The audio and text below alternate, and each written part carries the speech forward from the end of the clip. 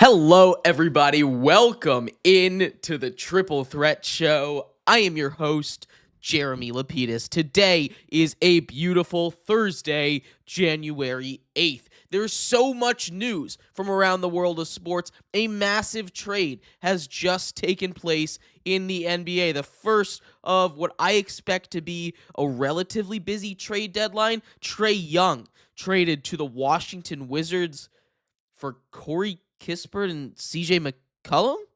No picks?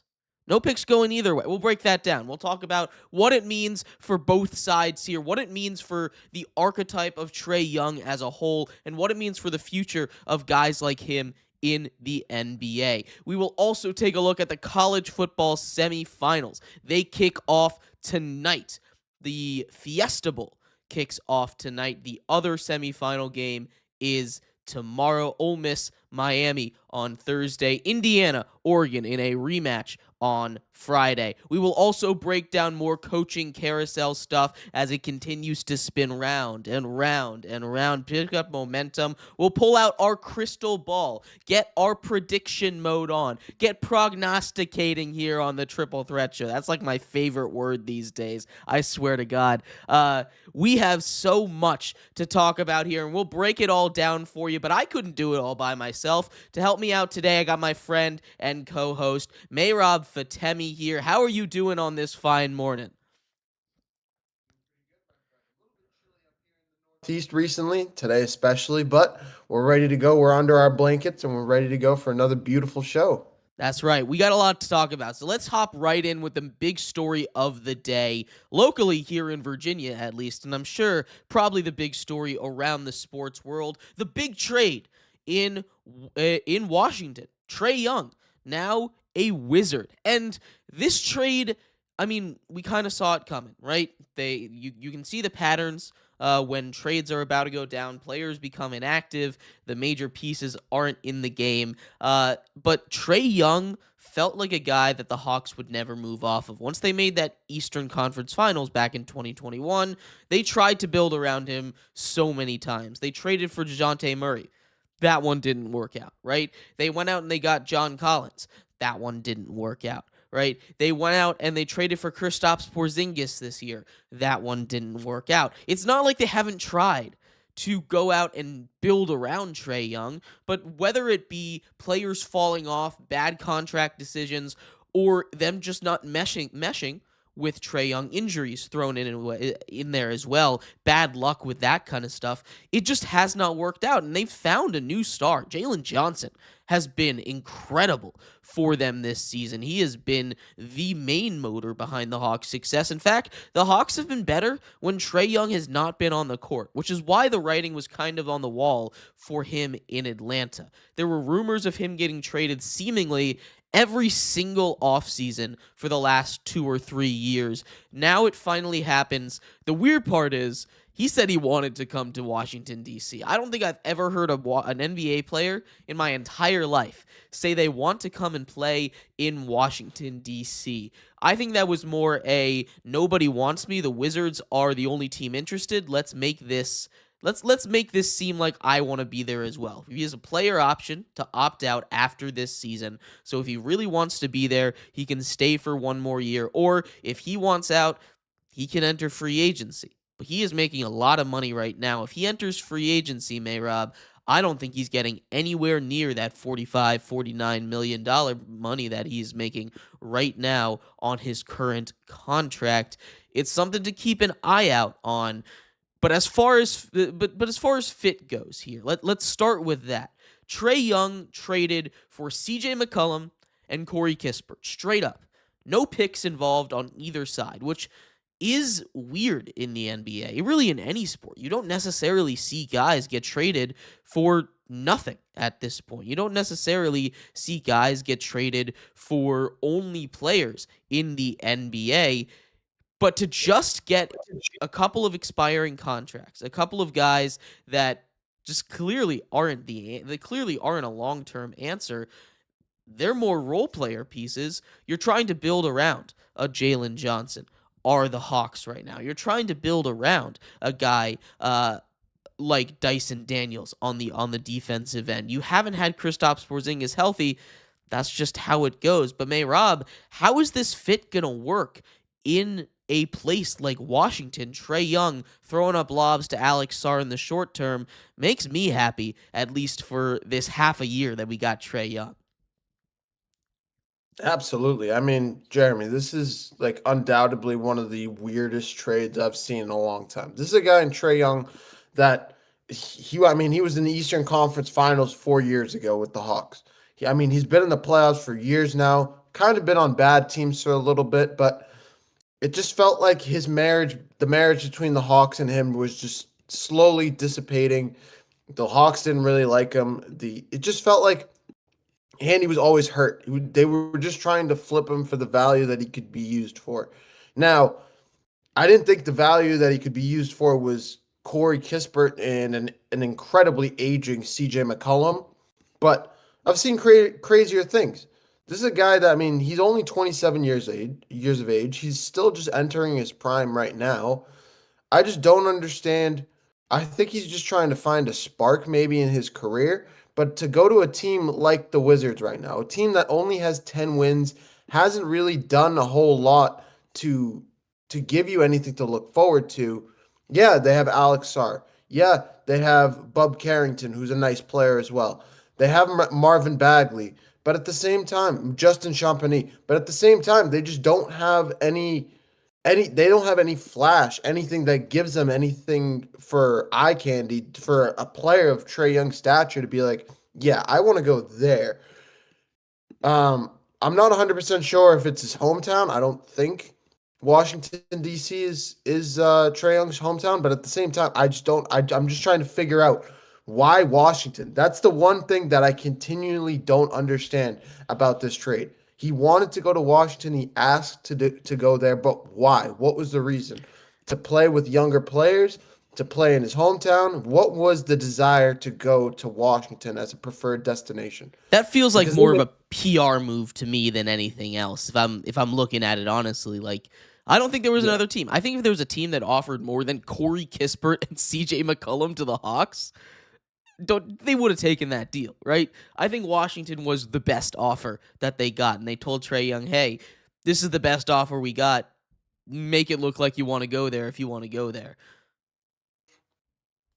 pretty much. That makes sense, but at the same time, I suppose so. This is a Wizards team. Unless you called him, Jeremy, and we're like, yeah, let's get this guy over to Washington D.C.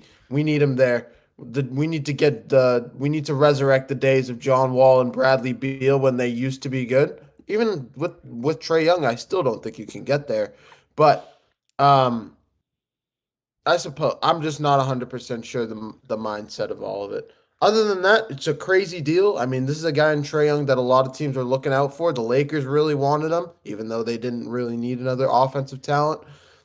A bunch of contending teams could have used his talents, but he decides to go to the Washington Wizards, and we'll see how it all plays out. So I think that's interesting because what I got out of this trade was that nobody really was interested. The Wizards trading for somebody in a year where they need to finish in the bottom four to keep their pick, it feels like well, I mean, I guess we'll throw something at the wall and see if it sticks kind of trade. This doesn't feel like a wholehearted Wizards trade to me. This feels more like, wow, we can get Trae Young for 20 cents and some pocket peanuts? Sure.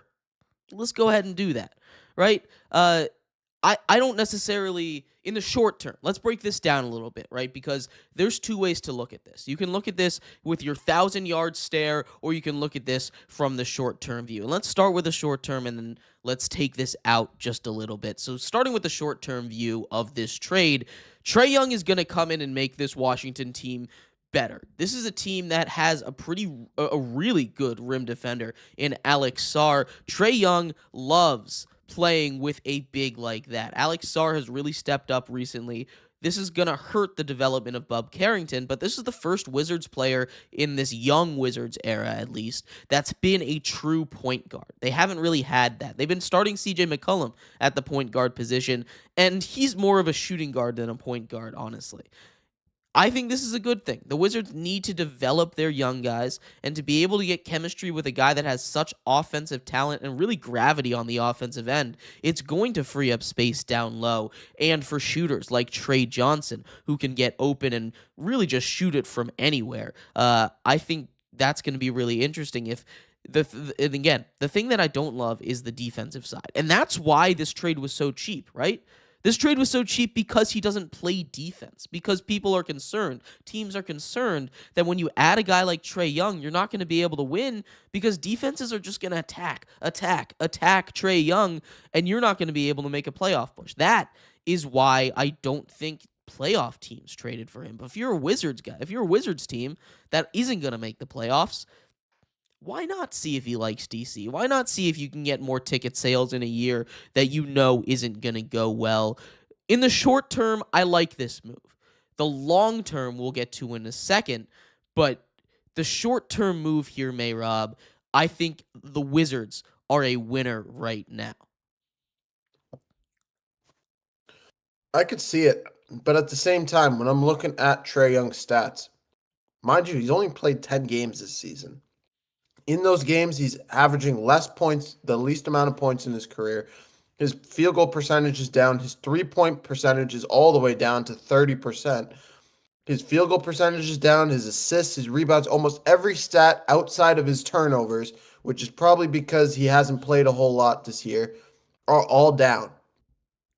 It just felt like it feels like Trae Young's career could be on the downward turn as well. And that's another thing we got to look out for, too, when we're looking at this deal.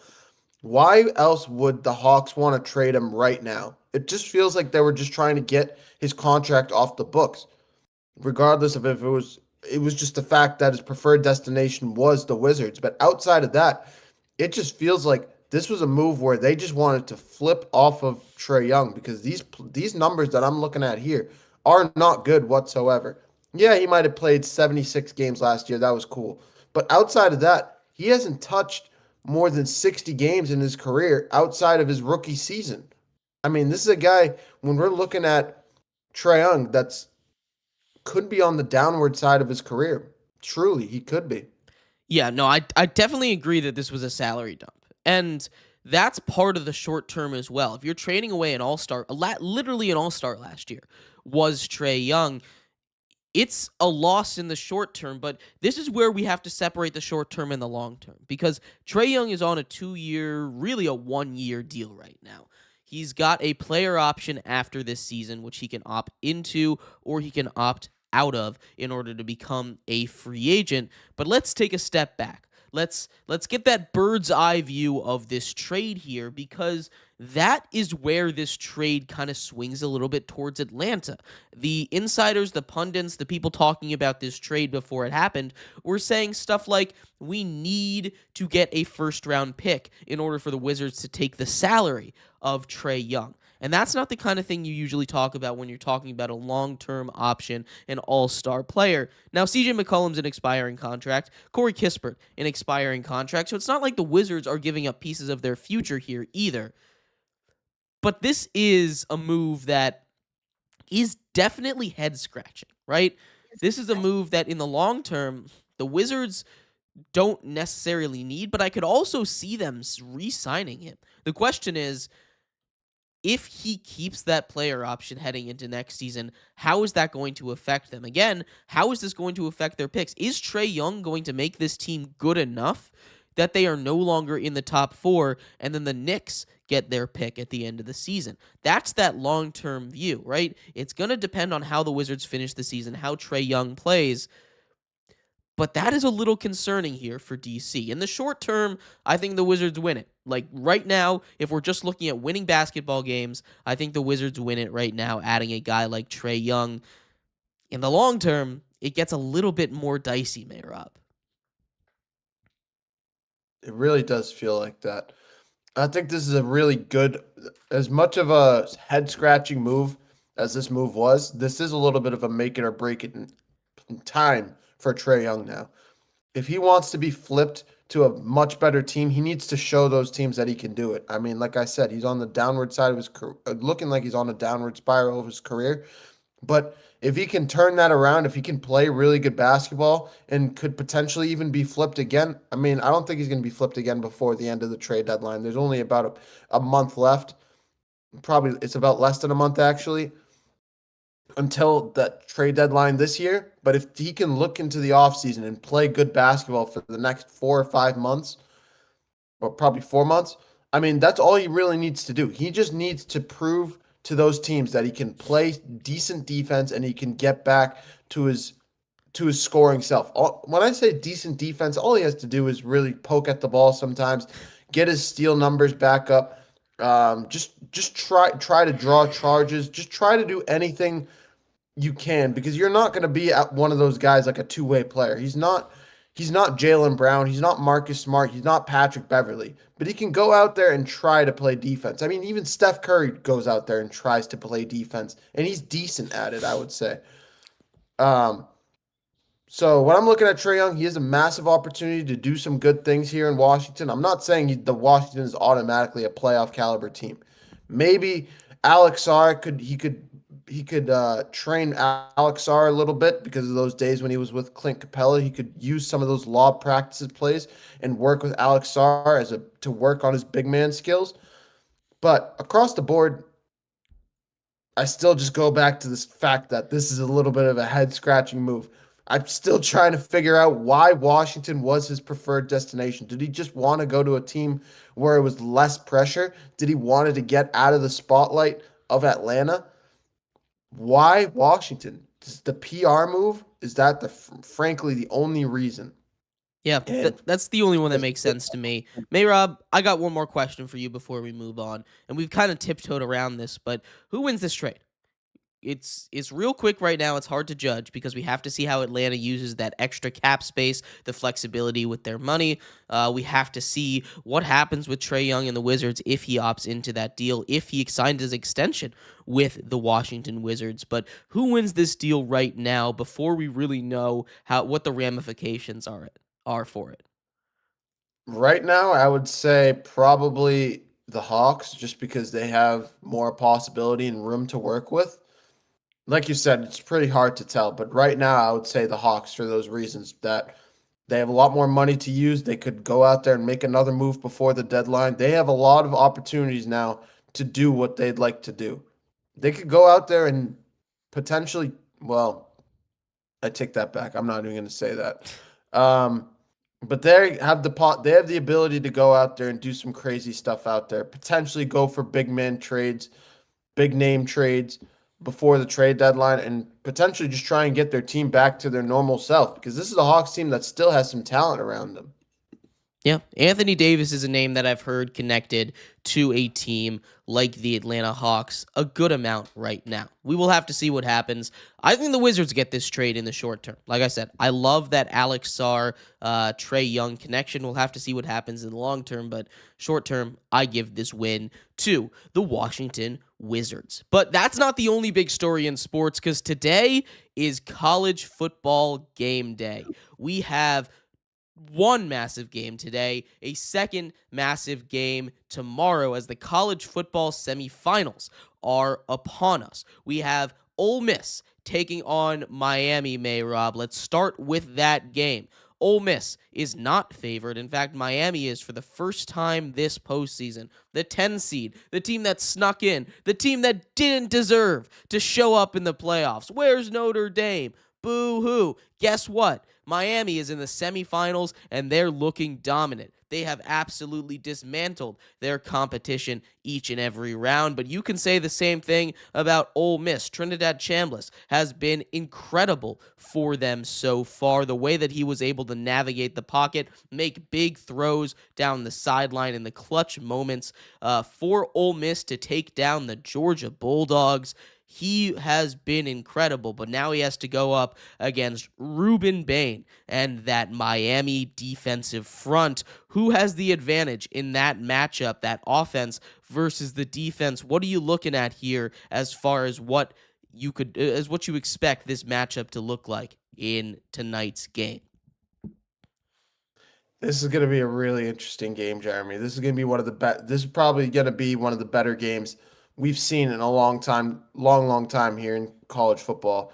I'm going to say I'm going to give the edge to Ole Miss only because of that experience that they gained against that Georgia team. The way that Trinidad Chambliss was able to go into that fourth quarter, climb back into this game, make big plays down the stretch in the SEC against the SEC champion. It just feels like I have to give the edge to Ole Miss for that reason, for their experience in a big time game like that. Not that Miami doesn't have experience like that because they just took down the champs in Ohio State. But at the same time, Miami's offense continues to give me worries that they can't get it done in big time situations against a good defense. Ole Miss has a good defense. Like Ole Miss is one of the more underrated defenses in the college football right now. I have to give Ole Miss credit here. This game is either going to be I wouldn't say heavily in favored, but in favor of Ole Miss, or it's going to be a ping pong late fourth quarter. It's going to be a shootout between these two offenses, and one of them's just going to come out on top. If it's a shootout, it's a complete 50-50 draw because Miami has the firepower when they're fully firing that they can go toe to toe with anybody offensively, especially if they can get that run game going. But if I'm looking at Ole Miss, everything just flashes Ole Miss to me in this game. I'm not sure why. Is it just me? It's an interesting situation, Mehrob, and the reason I say that is because it's very fluid, especially in the coaching staff with Ole Miss. The transfer portal has opened after the quarterfinal games that we saw Ole Miss win, which means Lane Kiffin is putting pressure on that coaching staff to come and join him at LSU. He wants him to help recruit all of these players in the portal. He wants him to help convince all of these guys to come and play in Baton Rouge next year. Who is staying is super important. There's only two offensive coaches that are staying. It's the running backs coach in Kevin Smith, and hugely important, Charlie Weis Jr., the offensive coordinator. That is the major piece. If he left, this team falls apart. But it's not like they have their full coaching staff either. Tight ends coach Joe Cox and wide receiver coach George McDonald are both gone. They are going to join LSU. So a lot of the coaching staff, especially on the offensive side of the ball, just completely gone. You only have two offensive coaches in this entire building. Thankfully, one of them is that offensive coordinator in Charlie Weis Jr. You have to go up against maybe the best defensive front. You can argue, and I think you might even win that argument, that the Miami defense is better than the Georgia defense. So we saw what they were able to do against that Georgia defense. 37 points. Trinidad Chambliss did not take sacks, Mehrob. That is a huge, huge thing to look at. But Ruben Bain has been a game wrecker along with the rest of that Miami defensive line. If they can get sacks on the quarterback, if they can get pressure on the quarterback, this is a much, much different game that we are talking about. Trinidad Chambliss famously does not take sacks. He's only taken 13 sacks all season long. That's basically one sack per game. One of those games, he took 5 in. So really, there was a bit of an outlier. So this is going to be the key matchup. Can he avoid the sack? Can he play smart with the football? You want to talk about experience, Mehrob? Carson Beck is the quarterback on the other side of that football.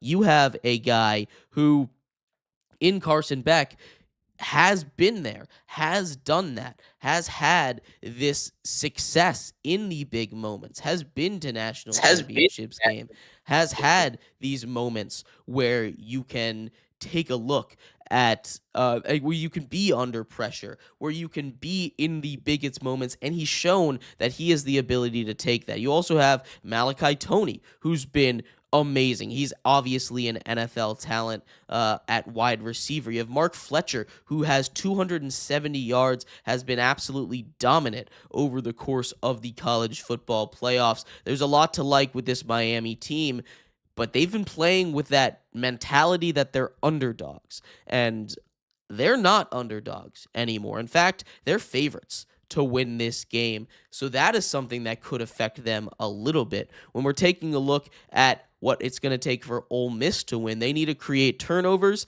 and they need to, again, avoid those sacks. The way I'm looking at this game, I think both of these offenses have the ability to explode at any given moment. This game, the Fiesta Bowl, is a true neutral site game for both of these teams. It's not like Georgia was playing in the Peach Bowl a couple years ago. That is a home game for Georgia. It's not like Texas playing in the bowl in Texas. Excuse me, I'm blanking on the name there. That is a little bit of a conflict of interest, a home game. But this is a true neutral site game, the Fiesta Bowl in New Mexico. I'm leaning towards Miami in this one. I understand why you would lean towards Ole Miss. I just think that coaching staff is going to be a huge issue that they're going to have to deal with, and not having all their guys there against a defense like Miami is going to be a pretty big problem, Mehrob. I can absolutely see it. I think when I'm looking at Miami right now, it comes down to the fact if Ole Miss can shut down that run game. The last two games between what they did to Ohio State and what they did to Texas A&M, the constant in both of those games was the fact that Miami had their run game going in both of their games. I don't have the numbers in front of my face. I'm trying to get them right now.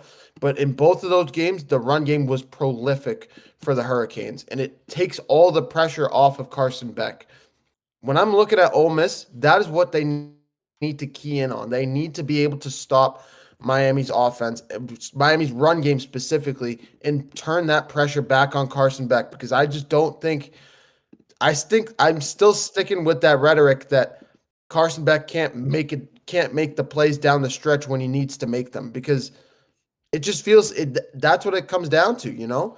And I finally have the numbers in front of me. Mark Fletcher against Texas A&M, 172 rushing yards on 17 carries. Against Ohio State, he only had 90, but at the same time, it takes all the pressure off of Carson Beck. Yes, Ohio State threw like 2 picks with a pick 6 on top of it, but at the same time, when you have games like that where the defense steps up like that, and you were right, the defense for Miami is arguably better than Georgia's right now. That's what they've proven, holding A&M to 3 points, holding Ohio State to 14 points. But when the run game coupled with that defense can just slow the game down to that degree, and Miami can just play at their pace, systematic football like that, they're pretty tough to beat. Anybody's tough to beat in that kind of situation. So if I'm Ole Miss, I'm keying in on that defense, keying in on putting plays downfield, and just putting the ball in Carson Beck's hand and forcing him to beat you down the field. Yeah, there's a lot to like on both of these squads. I'm leaning towards Miami just because I've seen them be more consistent in this playoff. And again, I just don't trust that coaching staff. You sound like you're going with Ole Miss, yeah?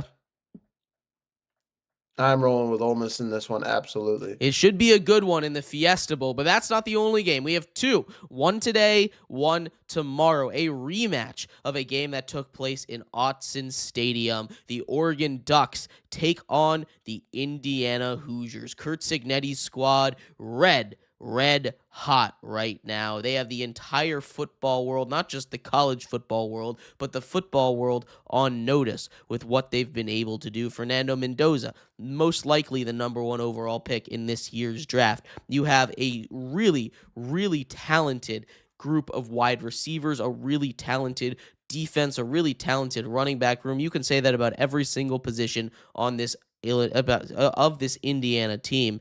There is so much to like about this Indiana squad, what they did, how they've been able to rebuild from historically being the worst franchise, I won't say franchise, the worst school in NCAA history on the football field, to now being the number 1 team in the nation, the only undefeated team, and playing a game to make it to the national championship game, a game that they've already won on the road. This time, they've got a neutral site. Oregon has to go across the country yet again. Indiana only has to go halfway across the country this time. That is something that to keep an eye out on. How are they going to be able to survive a second cross country trip in as many weeks here? That is a really interesting part, a really interesting foil to all of this.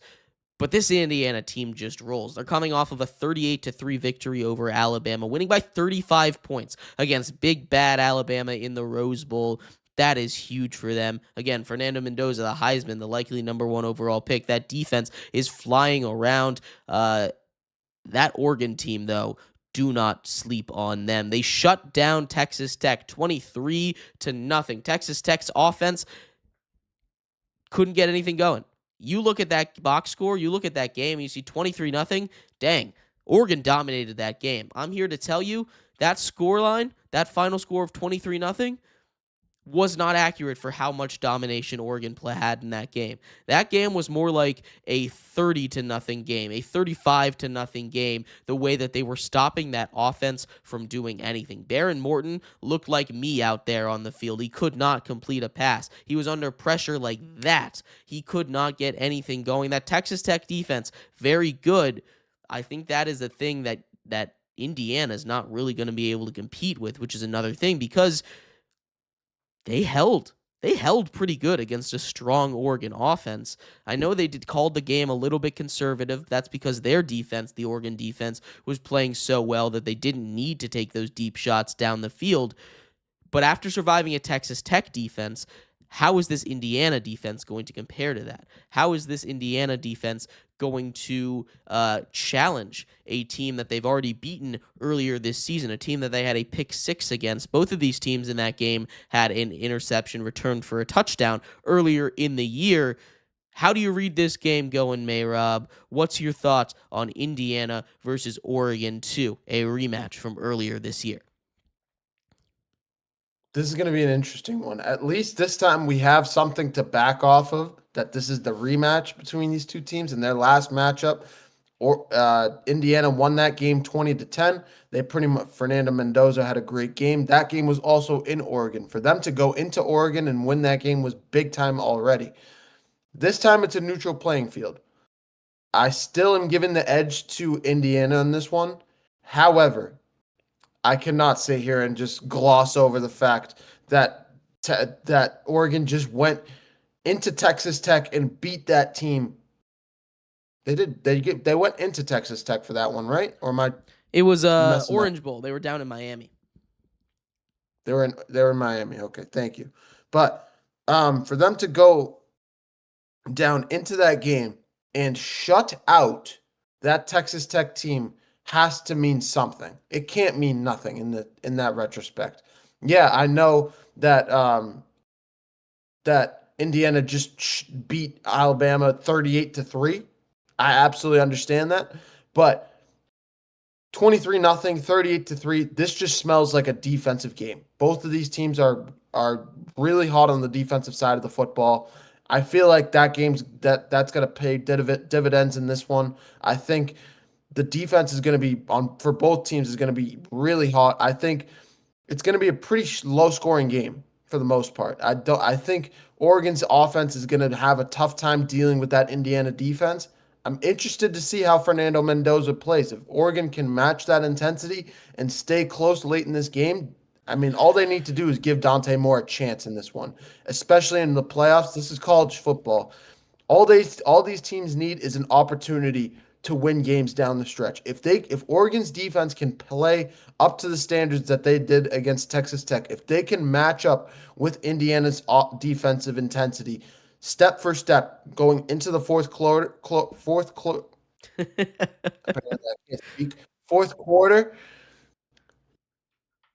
I could see this game going anyway.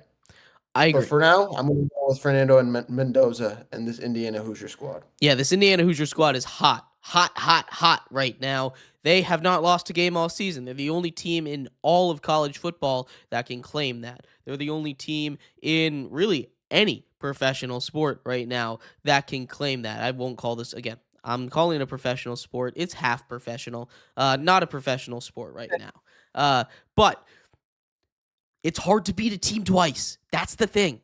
Dan Lanning, very, very good at making halftime adjustments. This is a halftime adjustment kind of situation. Curt Cignetti, also very good at making halftime adjustments. The final score in Autzen Stadium up in Oregon last time they played, 30-20. Again, both teams had a pick six. That is huge. The defenses were able to get to the quarterbacks. They were able to affect them. Fernando Mendoza doesn't throw a lot of interceptions. Neither does a guy like Dante Moore. Neither of these guys throw a lot of interceptions. They're both very, very talented young quarterbacks that could potentially go 1-2 in the NFL draft. That's the matchup that we're talking about here. The winner of this game very well could secure the number one overall pick in this draft. That is how important this game is, not just for their schools, not just for their legacies at the college football level, but also because these are teams that need to go out and prove, these are players that need to go out and prove that they are better than the other one. Dante Moore has not officially declared for the draft. I expect him to, though, because he's going to go in the first round based on a lot of the reports that I'm hearing. He is a very talented quarterback. I expect him to go ahead and declare. I'm on the same page as you. I'm leaning towards Indiana just because they have been the only team in college football this year that hasn't shown any cracks, right? You can argue in that game against Oregon that they showed a crack or two. You could argue in that game against Penn State and that game against Iowa that they showed a crack or two, but I think that they were just overlooking a team like Penn State, and Iowa's defense always causes problems. I think that Curt Cignetti's going to have his guys ready for this game. So is Dan Lanning. This game is going to be absolutely amazing. I cannot wait for it on Friday night, but I am leaning Indiana, setting up Indiana versus Miami in the college football championship. For you, we're looking at Indiana versus Ole Miss here, and that would also be a fascinating matchup here. We'll break down all of it tomorrow, the game tonight. We'll break down Ole Miss, Miami. We'll also break down the NFL playoffs tomorrow, the wild card games tomorrow, so make sure you tune in for that. We'll break down even more college football next week once we know all of the happenings. But let's take a step back from college. Let's take a step up from college, actually. Let's move to the NFL. The big story this week in the NFL, it's Coach Week in the NFL. We now have not one, not two, not three, not four, not five, not six, but seven. Pull out a little LeBron here for you guys in the NFL. Seven coaches now have openings. 7 teams now have coach openings here. We're gonna do a little coaching crystal ball. They do it in the transfer portal all the time, but us, the future tellers, the soothsayers, the guys that know what's what, we're gonna tell you what's gonna happen, where coaches are going to land, and who is going to hire who. Let's start off in Baltimore, the most recent team to fire their head coach, John Harbaugh. Mehrob, gone. He's no longer the head coach of the Baltimore Ravens. After 18 seasons of complete success and winning, the Ravens now have a head coach opening. I would say they had their successor in the building a couple of years ago in Mike Macdonald. He's no longer in the building. Now he is a member of the Seattle Seahawks. Not only a member, but the leading man of the Seattle Seahawks over there. My guy for this job, Brian Flores. I know there's a little bit of a weird situation with him in the NFL right now, Mehrob, but there are not a lot of coaches that can do what he does. If you go take his time in Miami, he got the most out of a roster that was very clearly tanking for Tua.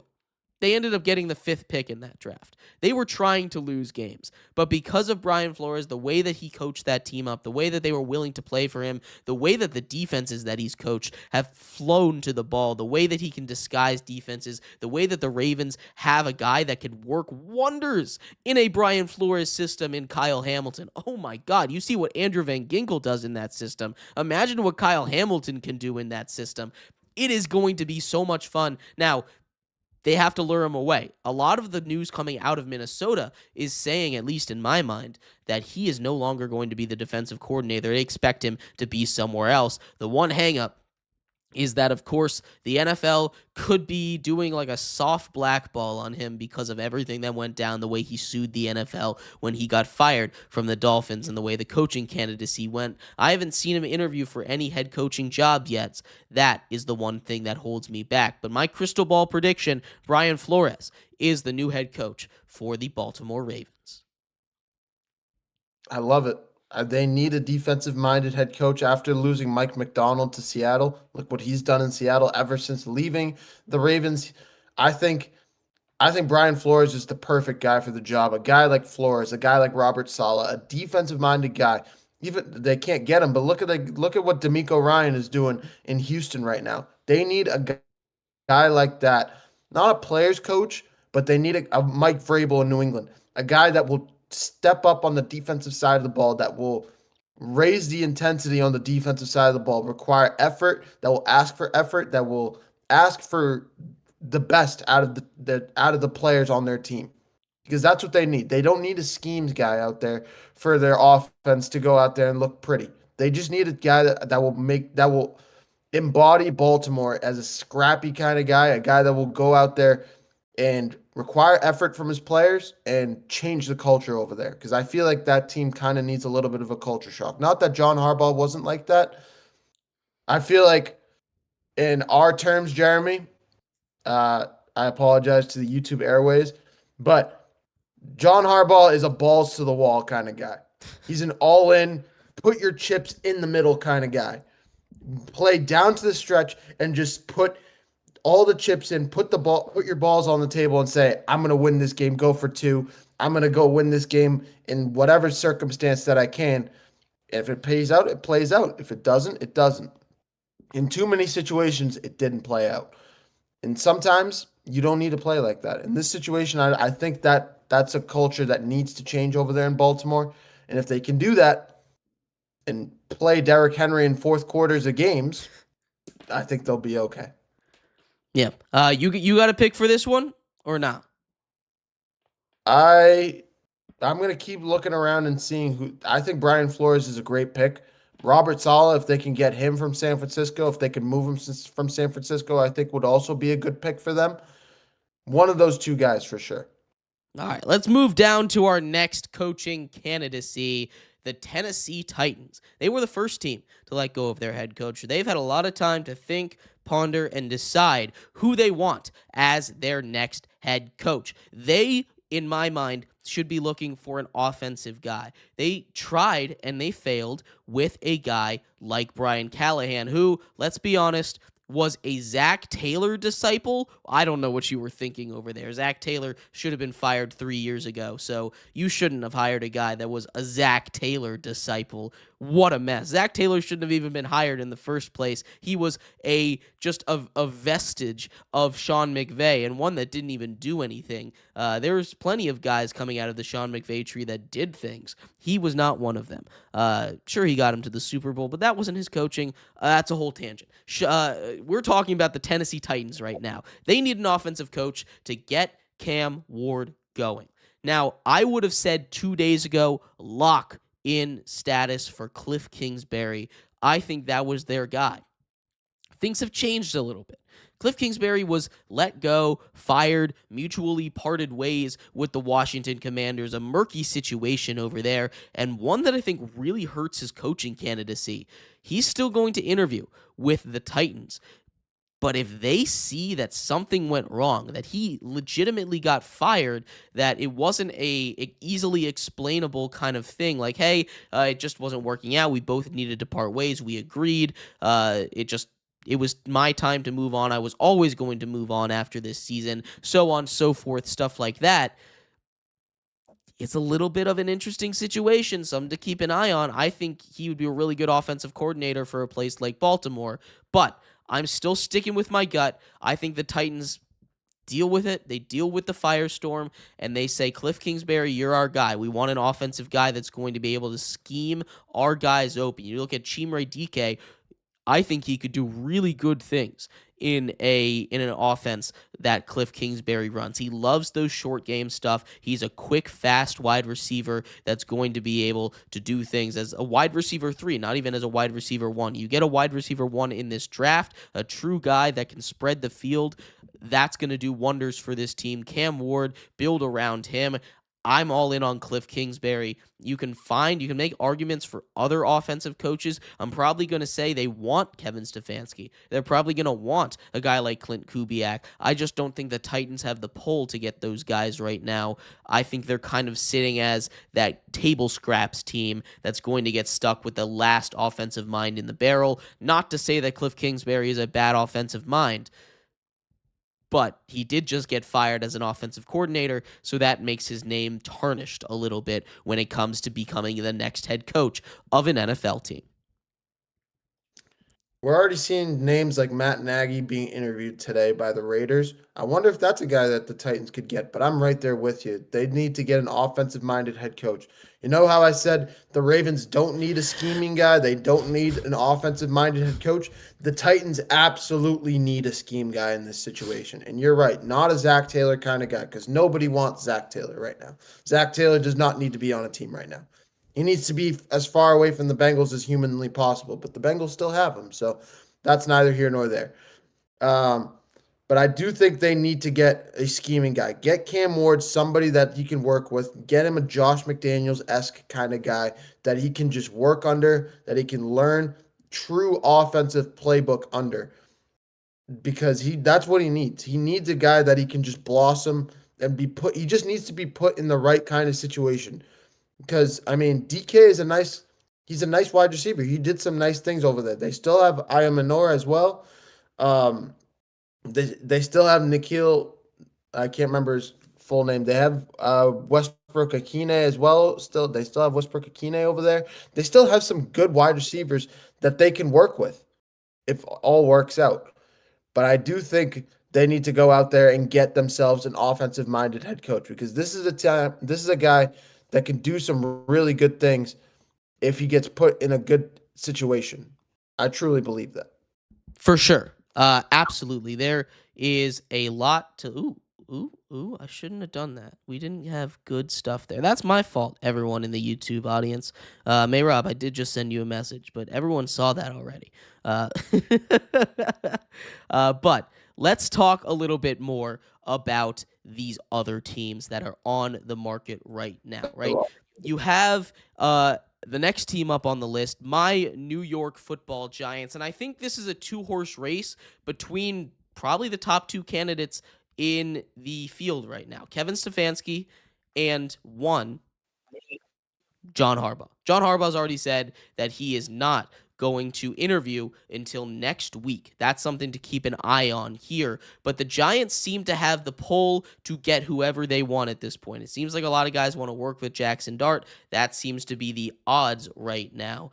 I'm taking a look at Kevin Stefanski as my number one option, but I think Stefanski might want to go somewhere where they have a little bit more weapons offensively. So I'm going to lean towards John Harbaugh. I also feel like John Mara and a guy like Joe Shane are going to be more interested in a retread hire, a guy that has been a proven winner, a guy that can build a culture that the Giants have been sorely missing for a very, very, very long time, really ever since Tom Coughlin left, and I don't really know how great that culture was to begin with.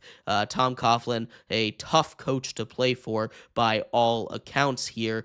I'm leaning towards John Harbaugh here. It feels like he's a Giant. I could picture him in Big Blue on the sidelines over there coaching up Jackson Dart. I think that is the perfect match for the Giants. John Harbaugh is the new head coach in New York. I could see it, no doubt about it. I do also think they need to get a guy that can, like an Antonio Pierce, that can control the locker room, that can be the voice of the locker room, can be a pulse of the team, can be a spark for a team like the Giants, because they have pieces. Jackson Dart, Cam Scadaboo will be back. Malik Neighbors will be back. They will get their offensive line fixed, even though I know they lost like 3 of them before week 4. They still have a bunch of good pieces on this roster, and that defense is still decent. That pass rush is still pretty good, I would say, for the most part. Abdul Carter is still there. Tom Thibodeau is still there, or not the. I don't know if his name's first name's Tom. Regardless, they have some good pieces along this team. I think Antonio Pierce would be a great name personally for this Giants roster. That's my pick. But they just need to get another guy that can go out there and capture the pulse of the Giants locker room.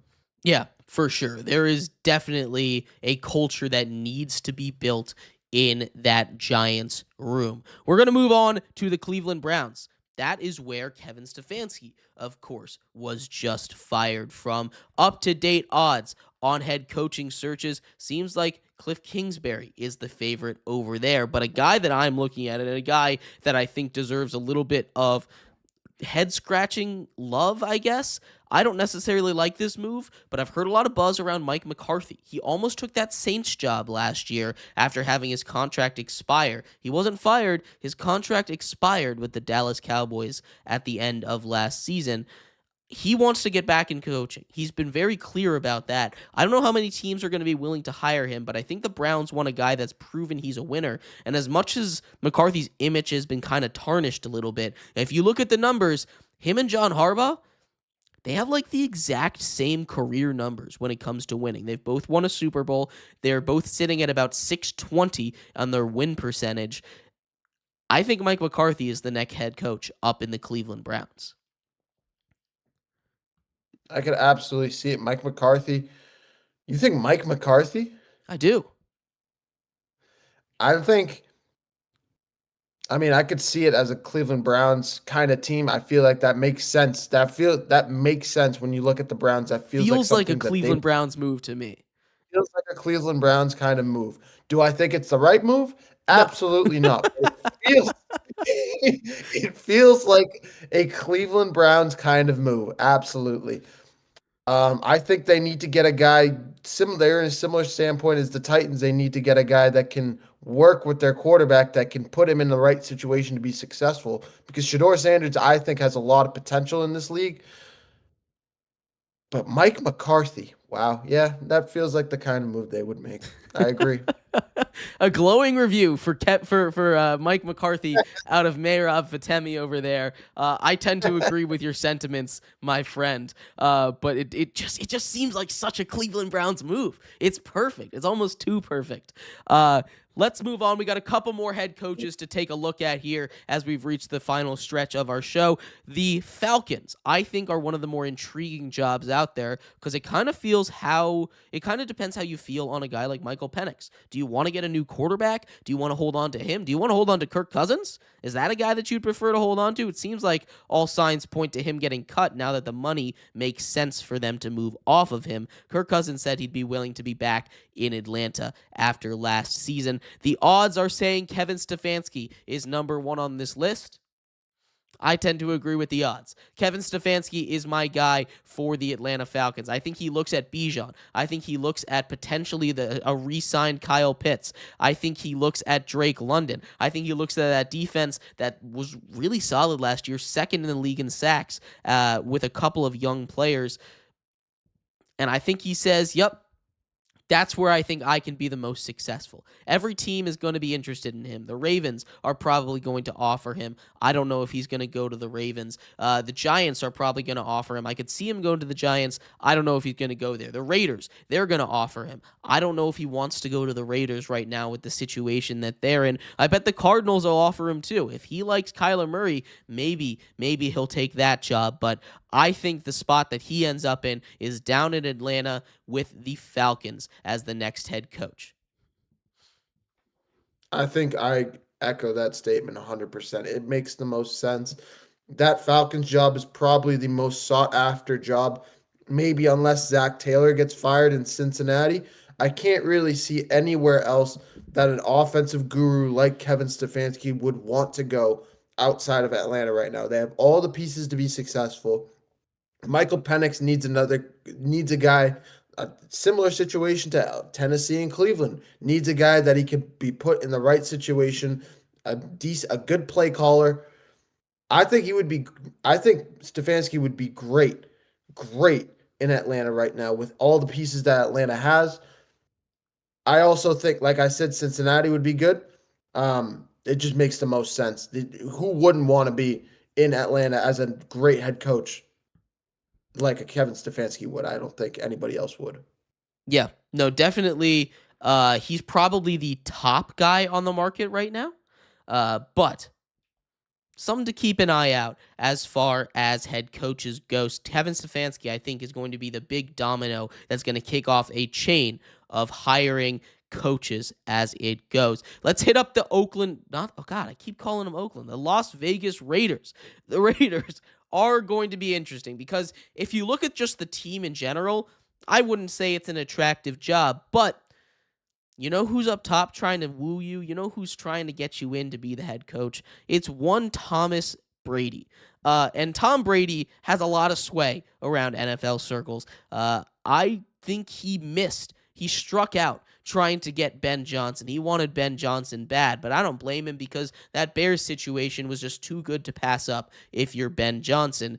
But if you're the Raiders right now and you're looking around the NFL and you're saying, I don't know if there's really a place that's like leagues better than where we are right now. We have the number 1 overall pick, Clint Kubiak.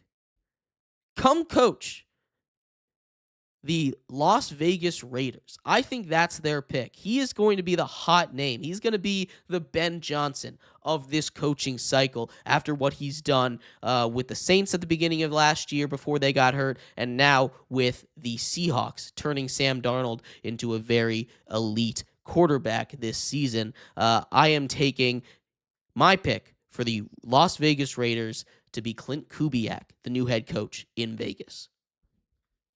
I actually love that pick. Another reason why I love that pick, Tom Brady went up against his father all the time, Gary Kubiak, and Gary Kubiak was highly respected in all the NFL circles when he was with the Broncos for all those years. I think Tom Brady loves him. I think he would love Clint Kubiak as his head coach. Would Seattle move off of Clint Kubiak is the question. Would he want to leave Seattle? That's yet to be seen, and who knows how that all plays out.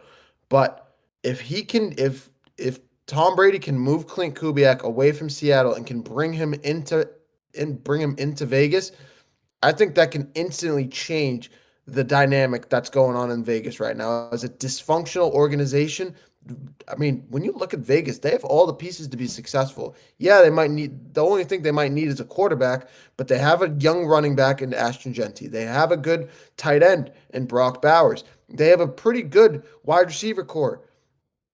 Before, of course, they traded Jacoby Myers, but you can get another guy. You can draft some nice talent in the draft. You have a guy in Max Crosby that is streamlining that defense.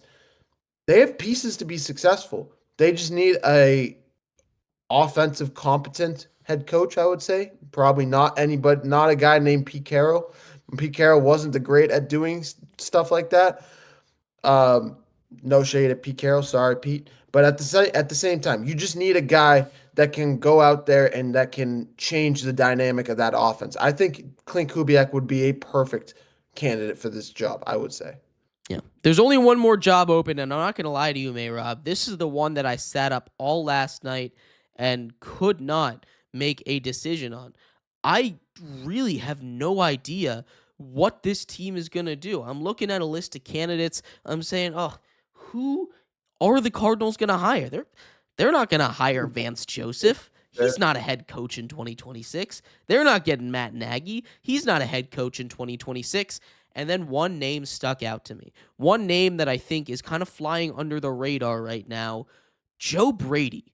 Joe Brady has been a kind of pseudo hot name in coaching searches for a while, and the Bills have done a very good job in keeping him around. But the OC for the Bills and formerly the OC for that 2019 Joe Burrow LSU squad looks like I think this is his time to get a head coaching opportunity. Now, I have not heard his name getting any kind of buzz, but this is a soul read right now. This is the one that I'm going the furthest on the limb for. I think Joe Brady is the next head coach. They're going to go offense because they just tried defense with Jonathan Gannon, and that one did not work out too well. So I am going with Joe Brady here to be the next head coach in Arizona. I love it. I was going to make the joke of Cliff Kingsbury makes his return to Arizona, but that is not happening. Ain't no way that happens. I was also thinking maybe Raheem Morris. Raheem Morris, when you originally were throwing names, the guy that was just fired by the Atlanta Falcons, I could see him potentially going to the Cardinals, making a splash over there. But Joe Brady has been going out and looking for a head coaching job for the last 3 or 4 years now. I've heard his name for a long time. I think especially if the Bills cannot get it done this season, I think he calls it quits with the Bills. I think he moves on to another organization and finally looks for a full-time head coaching role. It would make the most sense. I think it only happens if the Bills don't make it to the Super Bowl and win the Super Bowl. Because if that doesn't happen, I don't see if that happens, I don't see him leaving Buffalo because why would you lose? Why would you leave an organization like that with Sean McDermott? I think that would also save Sean McDermott's job. Um, but I think that would make the most sense if they can move Joe Brady, if they can get a guy like Joe Brady, that would make the most sense. I also think the Cardinals need to get themselves a quarterback. Jacoby Brissett is good. I think he's nice. He's a nice backup to have, but you need to get a young quarterback up over there in Arizona because Kyler Murray is not getting it done. He's not your career quarterback. Neither is Jacoby Brissett. So I just think you need to get a career. I think you need to get a quarterback for the near future if you're Arizona. It feels like it's time for them to move off of Kyler for sure. It feels like they're done. I feel like they could have played him at the end of last season if they felt like he was going to be their guy at any point in the future. Instead, they said, Jacoby Brissett, here's the keys to our franchise. Drive our tank, please. And he was an excellent tank commander for that team. But that's our crystal ball. I'll run through it one more time. The Ravens get Brian Flores. The Titans get Cliff Kingsbury. The Giants get John Harbaugh. The Browns, Mike McCarthy. The Falcons get Kevin Stefanski. The Raiders get Clint Kubiak. And the Cardinals get Joe Brady. A lot to like, a lot to scratch your head about here, but we will see what happens in this coaching carousel as time continues to spin round and round in the NFL. Thank you, everybody, so much for tuning into today's episode of the Triple Threat Show. We will be back tomorrow morning. We are going over everything you need to know about what happened last night, or I should say tonight, in college football between Ole Miss and Miami. We will also talk about everything you need to know about the NFL wildcard games. We'll break down everything going on over the weekend and the game on Monday. I will see you then. I cannot wait for it. For Jeremy Lapidus and Mehrob Fatemi, we'll see you then. Bye-bye.